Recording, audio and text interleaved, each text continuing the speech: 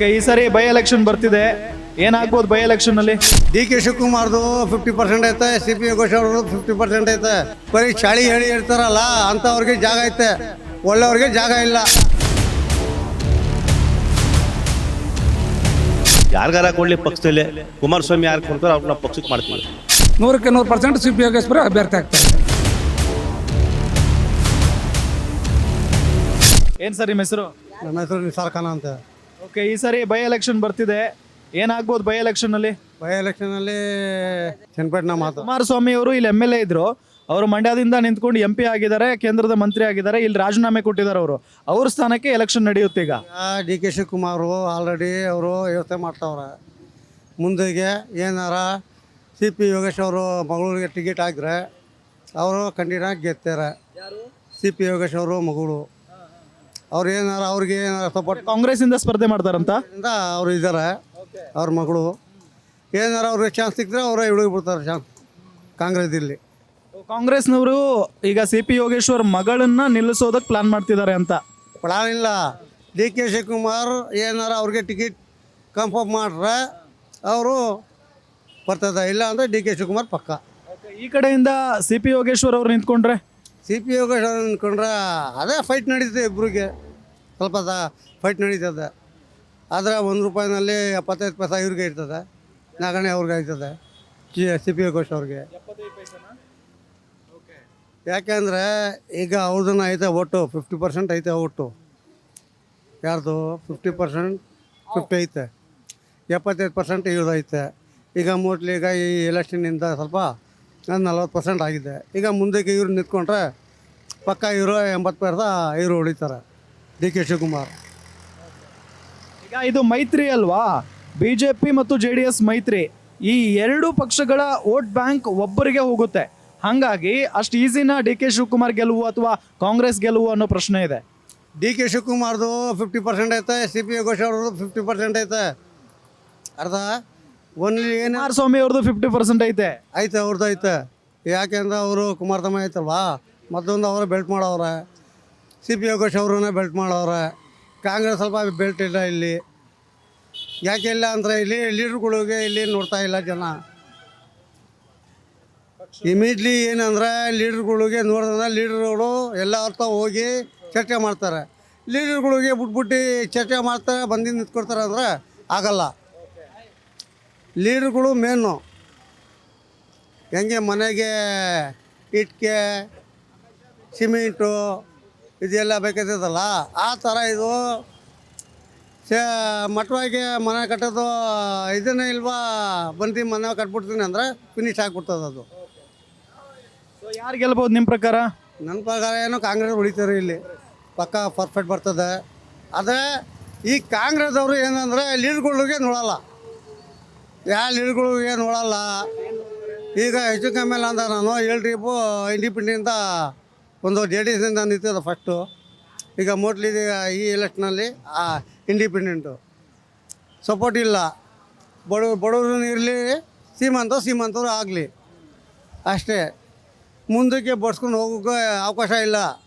ಈ ಚನ್ನಪಟ್ಟಣ ಲೀಡ್ರುಗಳು ಇದ್ದಾರಲ್ಲ, ಅವಕಾಶ ಕೊಡಲ್ಲ ಅವರು ಮಾಡಿ.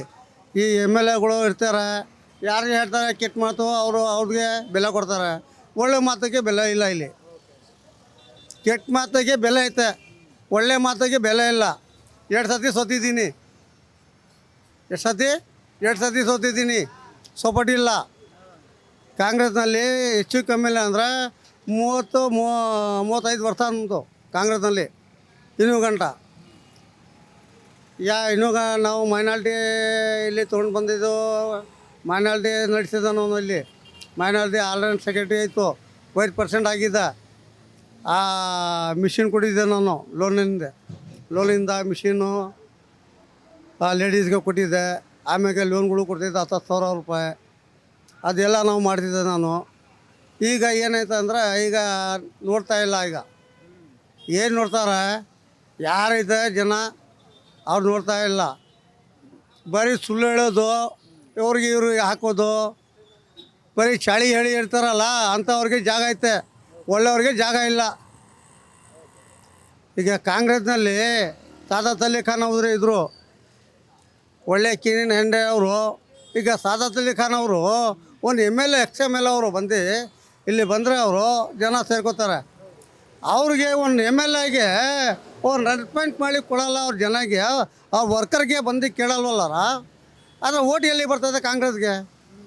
ಈಗ ನಾವು ಕಾಂಗ್ರೆಸ್ಸು ಬೇರೆ ಅವ್ರಿಗೆ ಹೇಳಿಕೆ ಆಗಲ್ಲ, ಅವ್ರಿಗೆ ಗೆತ್ತೇರಿ ಇದು ಗೊತ್ತೇರಿ ಅಂದರೆ. ಆದರೆ ಇವ್ರು ಲೀಡ್ರುಗಳಿಗೆ ಒಂದು ಗೌರವ ಕೊಡಬೇಕು, ಒಂದು ಧೈರ್ಯ ಕೊಡಬೇಕು. ಧೈರ್ಯ ಕೊಡಲ್ಲ ಇಲ್ಲಿ. ಧೈರ್ಯ ಏನು ಕೊಡ್ತಾರೆ? ಸುಳ್ಳು ಧೈರ್ಯ ಕೊಡ್ತಾರೆ ಅಷ್ಟೇ, ಮತ್ತು ಏನು ಕೊಡಲ್ಲ. ಫೈನಲಿ ಈ ಕ್ಷೇತ್ರದಲ್ಲಿ ಯಾರು ಗೆಲ್ತಾರೆ? DK ಶಿವಕುಮಾರ್ ಪಕ್ಕ ಬರ್ತದೆ ಸರ್. ಏನು ನಿಮ್ಮ ಹೆಸರು? ನಾಗರಾಜು ಅಂತ. ಈಗ ಬೈ ಎಲೆಕ್ಷನ್ ಬರ್ತಿದೆ ಸರ್, ಯಾರು ಅಭ್ಯರ್ಥಿ ಆಗಬೇಕು? ಯಾರು ಅಭ್ಯರ್ಥಿ ಆದರೆ ಒಂದು ದೊಡ್ಡ ಫೈಟ್ ಇರುತ್ತೆ ಇಲ್ಲಿ. ನೋಡಿ ಸರ್, ನಮಗೆ ದಳದಿಂದ ಯಾರಿಗೆ ಕೊಟ್ಟರು ಕುಮಾರಣ್ಣ ನಾವು ಫಾಲೋವರ್ಸು, ಅವ್ರ ಬೆಂಬಲಿಗರು, ಅವ್ರು ಯಾರು ಕೊಡ್ತಾವ್ರ ನಮ್ಮ ಪಕ್ಷದ ಪರವಾಗಿ ನಾವು ಕೆಲಸ ಮಾಡ್ತೀವಿ. ಈಗ ಮೊನ್ನೆ ಕುಮಾರಸ್ವಾಮಿ ಅವರು ಮೀಟಿಂಗ್ ಮಾಡಿದ್ರಂತೆ, ನೀವೆಲ್ಲ ಹೋಗಿದ್ರಾ? ಹೋಗಿದ್ದು ಏನಾಯಿತು ಮೀಟಿಂಗಲ್ಲಿ? ಮೀಟಿಂಗಲ್ಲಿ ಏನೇನೋ ನಡೆಯಿತು. ನಮ್ಮ ಪಕ್ಷ ಚಿಹ್ನೆ ಮೇಲೆ ಯಾರೇ ಕೊಟ್ಟರು ನಾವು ಪಕ್ಷದ ಅಭ್ಯರ್ಥಿ ಪರ ಕೆಲಸ್ಕೋತೀವಿ. CP ಯೋಗೇಶ್ವರ್ಗೆ ಟಿಕೆಟ್ ಕೊಡಲ್ಲ ಅಂದ್ರಂತೆ, ಹೌದಾ? ನಮಗೆ ಗೊತ್ತಿಲ್ಲ ಸರ್, ಯಾರಿಗಾರ ಕೊಡಲಿ ಪಕ್ಷದಲ್ಲಿ. ಕುಮಾರಸ್ವಾಮಿ ಯಾರು ಕೊಡ್ತಾರೋ ಅವ್ರಿಗೆ ನಾವು ಪಕ್ಷಕ್ಕೆ ಮಾಡ್ತೀವಿ. ಈಗ ಕಾಂಗ್ರೆಸ್ಸಿಂದ DK ಶಿವಕುಮಾರ್ ಅವರು ಸಿಕ್ಕಾಪಟ್ಟೆ ಓಡಾಡ್ತಿದ್ದಾರೆ. ಈ ಸಾರಿ ಹೇಗಾದರೂ ಮಾಡಿ ಚನ್ನಪಟ್ಟಣವನ್ನ ತಮ್ಮ ಕೈವಶ ಮಾಡ್ಕೊಳ್ಬೇಕು ಅಂತ ಹೇಳಿ. ಮಾಮೂಲಿ ಪಕ್ಷದವ್ರು ಓಡಾಡ್ಕೋತಾರೆ, ನಾವು ನಮ್ಮ ಪಕ್ಷದ ಪರ ನಾವೇನಾದ್ರು ನಾವು ಕೆಲಸ ಮಾಡ್ತೀವಿ. ಹಾಂ, ಇವಾಗ CP ಯೋಗೇಶ್ವರ್ಗೆ ಏನಾದರೂ ಟಿಕೆಟ್ ಕೊಟ್ಟಿಲ್ಲ ಅಂದರೆ ಮೈತ್ರಿಗೆ ಸೋಲಾಗುತ್ತೆ ಅಂತೆಲ್ಲ ಮಾತುಕತೆ ಆಗ್ತಿದೆ. ಅದು ಮಾಮೂಲಿ ಹೇಳ್ತಾರೆ ಸರ್. ನಾವು ಏನು ಕುಮಾರಣ್ಣ ಹೇಳ್ತಾರೆ, ನಾವು ಬದ್ಧವಾಗಿ ಯಾರು JDS ಅಭ್ಯರ್ಥಿ ಆಗ್ತಾರೆ ವೋಟ್ ಮಾಡ್ತೀವಿ, JDS ಮಾಡ್ತೀವಿ. ಏನು ಸರ್ ನಿಮ್ಮ ಹೆಸರು? ಉಮೇಶ್ ಅಂತೇಳಿ, ನಾ ಗ್ರಾಮ ಪಂಚಾಯತ್ ಸದಸ್ಯರು, ಎನ್ಆರ್ ಕಾಲೇಜ್. ಏನಾಗ್ಬೋದು ಸರ್ ಈ ಸರಿ ಬೈ ಎಲೆಕ್ಷನ್ ಬರ್ತಾ ಇದೆ, ಜೊತೆಗೆ ಭಾಳಷ್ಟು ಕುತೂಹಲ ಇದ್ದೇ ಇದೆ. ಯಾಕೆಂದರೆ ಕುಮಾರಸ್ವಾಮಿ ಅವ್ರ ಕ್ಷೇತ್ರ ಇದು. ಈಗ ಅವ್ರು ಇಲ್ಲ, ಇಲ್ಲಿ ಖಾಲಿ ಮಾಡ್ಕೊಂಡು ಹೋಗಿದ್ದಾರೆ. ಹಾಗಾಗಿ DK ಶಿವಕುಮಾರ್ ಎಂಟ್ರಿ ಆಗಿದೆ. ಏನಾಗ್ಬೋದು? ಸುಮಾರು ರಾಜಕಾರಣ ಚನ್ನಪಟ್ಟಣ 25 ವರ್ಷದಿಂದ ಇದು ಕುತೂಹಲವಾದಂಥ ಕ್ಷೇತ್ರ. ಇದು ಇಂಪಾರ್ಟೆಂಟ್ ಇಡೀ ರಾಜ್ಯಕ್ಕೆ. ಚನ್ನಪಟ್ಟಣ ಅಂದರೆ ಇಡೀ ರಾಜ್ಯ ವಿಶ್ವವಂತ ನೋಡುವಂಥ ಚುನಾವಣೆ. ಇದು ಒಂದೇ ಚುನಾವಣೆ ಬರೋಲ್ಲ, ಯಾವುದೇ ಚುನಾವಣೆ ನಡೆದ್ರೂ ಕೂಡ ಹಂಗೆ. ಇದೇ ತಿರುಗಿ ಉಪಚುನಾವಣೆ ಕೂಡ ಬಂದಿದೆ. ಈಗ ಕುಮಾರಸ್ವಾಮಿ ಅವರು MP ಅವರಾದರು, MP ಅವರಾಗಿ ಮಿನಿಸ್ಟರ್ ಆಗಲಾಗಿ ತೆರವಾದಂಥ ಸ್ಥಾನಕ್ಕೆ ಉಪಚುನಾವಣೆ ಬರ್ತಾ ಇದೆ. ಉಪಚುನಾವಣೆ ಹಂಗೆ ಇರ್ತಾ ಇದೆ. ಈಗ ಕಾಂಗ್ರೆಸ್ ಸರ್ಕಾರದಲ್ಲಿರೋದ್ರಿಂದ ಅವರು ಹಲವಾರು ಶಿವಕುಮಾರ್ ಅವರು ಕೂಡ ಪ್ರಚಾರ ವ್ಯಾಪ್ತಿಯಾಗಿ ತಾಲೂಕಲ್ಲೇ ಬಿಡ್ಬಿಟ್ಟಿದ್ದಾರೆ. ಇನ್ನು ನಮ್ಮ ಚುನಾವಣೆ ಯಾವ ಥರ ಕಾವು ಇರ್ತದೆ ಅನ್ನೋದು ಇನ್ನೂ ಬಹುದಿನದಲ್ಲಿ ಸುಮಾರು ಕಾವಿರುವಂಥ ನಿರೀಕ್ಷೆ ಇದೆ. CP ಯೋಗೇಶ್ವರ್ ಬಿಟ್ಟರೆ ಇನ್ನು ಯಾರಿಗೆ ಕೊಡ್ಬೋದು ದಳದಲ್ಲಿ? NDA ಅಭ್ಯರ್ಥಿಯಾಗಿ ದಳದಿಂದ ಅನ್ನುವಂಥದ್ದೇನಿಲ್ಲ. CP ಯೋಗೇಶ್ವರ ಅವರೇ ಅಭ್ಯರ್ಥಿ ಆಗ್ತಾರೆ. 100% 100% CP ಯೋಗೇಶ್ವರ ಅಭ್ಯರ್ಥಿ ಆಗ್ತಾರೆ. ಮೊನ್ನೆ ಕುಮಾರಸ್ವಾಮಿ ಅವ್ರದ್ದು ಒಂದು ಮೀಟಿಂಗ್ ನಡೆಯುತ್ತಂತೆ ಇಲ್ಲಿ. ಅವ್ರ ಮುಖಂಡರು ಹೇಳ್ತಾರಂತೆ, ಯಾವುದೇ ಕಾರಣಕ್ಕೂ CP ಯೋಗೇಶ್ವರ್ ಅವರಿಗೆ ಟಿಕೆಟ್ ಕೊಡೋದು ಬೇಡ, ನುಂಗ್ ನೀರು ಕುಡಿದು ಬಿಡ್ತಾರೆ ಅಂತೆಲ್ಲ ಆಗಿದೆ ಅಂತೆ ಮಾತುಕತೆ. ಹಾಗಾಗಿ ಅವ್ರು ಕೊಡೋದು ಬೇಡ ಅಂತ ಕುಮಾರಸ್ವಾಮಿ ನಿರ್ಧಾರವನ್ನು ಮಾಡಿದ್ದಾರೆ ಅಂತ ಕೇಳ್ಪಟ್ಟಿದ್ದೀವಿ. ಆದರೆ ಯಾವುದೇ ಕಾರಣಕ್ಕೂ ಕುಮಾರಸ್ವಾಮಿ ಅವರು ಆ ಥರ ನಿರ್ಧಾರವನ್ನು ಮಾಡಿರಲ್ಲ. ಅದು ಕಾರ್ಯಕರ್ತರು ಬಿಟ್ಟು ವಿಚಾರ ಅಂತ ಹೇಳಿರ್ತಾರೆ ಅಷ್ಟೇ. ಅವರು ಎರಡು ಪಕ್ಷಗಳನ್ನ ಧ್ವನಿಯಾಗಿ ಎತ್ಕೊಂಡು ಹೋಗಿ ದುಡಿದಿರುವಂಥವ್ರಿಗೆ ಅವರು ನ್ಯಾಯಯುತವಾದಂಥ ಒಂದು ಟಿಕೆಟ್ ಕೊಡ್ತಾರೆ. ಆ ಟಿಕೆಟಲ್ಲಿ ಯೋಗೇಶ್ವರ ಅವ್ರನ್ನ ಪರಿಗಣಿಸಿ ಯೋಗೇಶ್ವರ ಅವ್ರು ಕೊಡ್ತಾರೆ ಅಂತೇಳಿ ನಾವು ತಾಲೂಕಲ್ಲಿ ಭಾರಿ ನಾವು ಆಶಾದಾಯಕವಾಗಿ ಇದ್ದಿದ್ದೀವಿ. ಈಗ ಅನಸೂಯ ಅವ್ರ ಹೆಸರು ಕೇಳಿ ಬರ್ತಿದೆ, ಅನಸೂಯ ಅವರು ಕೊಡಲ್ವಾ ಅಂತ. ಅನಸೂಯ ಮೇಡಮ್ ಅವರು ಸಾಕಷ್ಟು ಯಾವುದಕ್ಕೂ 100% ಇಲ್ಲ. ಅವರು ಆಲ್ರೆಡಿ ಅವರು ಯಜಮಾನ್ ಅವರು MP ಆಗಿದ್ದಾರೆ. ಸುಮ್ಮನೆ ಇವೆಲ್ಲ ತೇಲುವಾದಂಥ ವಿಚಾರಗಳು ಎಲ್ಲ ಗೊಂದಲಗೀಡು ಮಾಡೋಕ್ಕೋಸ್ಕರ ಇದನ್ನು ಮಾಡ್ಕೊಂಡು ಅನಸೂಯರು ಅವರು ಇವರು ಅಂತೇಳಿ ಗೊಂದಲಗೀಡು ಮಾಡ್ತಾ ಇದ್ದಾರೆ ಅಷ್ಟೇ. ಯೋಗೇಶ್ವರ ಅವರೇ ಮುಂದಿನ ಉಪಚುನಾವಣೆ ಟಿಕೆಟ್ ಇದ್ದಾರೆ. ಕಳೆದ ಬಾರಿ ವಿಧಾನಸಭಾ ಚುನಾವಣೆಯಲ್ಲಿ ಅಷ್ಟೊಂದು ದೊಡ್ಡ ಫೈಟ್ ಆಗಿರಲಿಲ್ಲ. ಆದರೆ ಈ ಬಾರಿ DK ಶಿವಕುಮಾರ್ ಎಂಟ್ರಿ ಆಗಿದ್ದಾರೆ. ಹೇಗಿರುತ್ತೆ ಈ ಫೈಟ್ ಅಂತ? ಹೋದ ವಾರನೂ ಕೂಡ ಕುಮಾರಣ್ಣರವರು ಮಾಜಿ ಮುಖ್ಯಮಂತ್ರಿಗಳು ಮತ್ತು ಪ್ರಧಾನಮಂತ್ರಿಯವರ ಮಗರಾಗಿದ್ರು ಕೂಡ ಅಂಥ ಚುನಾವಣೆಯಲ್ಲಿ ಅತಿ ಸ್ಪರ್ಧೆಯಾಗಿ ಜಿದ್ದಾಜಿದ್ದಿಯಾಗಿ ತಗೊಂಡು ಅಲ್ಪ ಮತಗಳ ಅಂತರದಿಂದ ಸೋತಿದ್ದಾರೆ. ಈಗ ಎರಡು ಕುಮಾರಣ್ಣರು ಮತ್ತು ಯೋಗೇಶ್ವರ್ ಒಂದಾಗಿರೋ ದೆಸೆಯಿಂದ ಯಾವುದೇ ಒಂದು ಗೆಲುವಿಗೆ ಯಾವುದೇ ಒಂದು ಅಡ್ಡಿಯಂತೂ ಆಗಲ್ಲ. ಯಾಕೆ ಅಂದರೆ ಇವತ್ತಿನ ಚನ್ನಪಟ್ಟಣ ಜನರು ಭಾರಿ ಬುದ್ಧಿವಂತ ಮತ. ಯಾಕಂದರೆ ಯೋಗೇಶ್ವರ್ ಅವರು ನೀರಾವರಿ ಮಾಡಿದ್ದಾರೆ.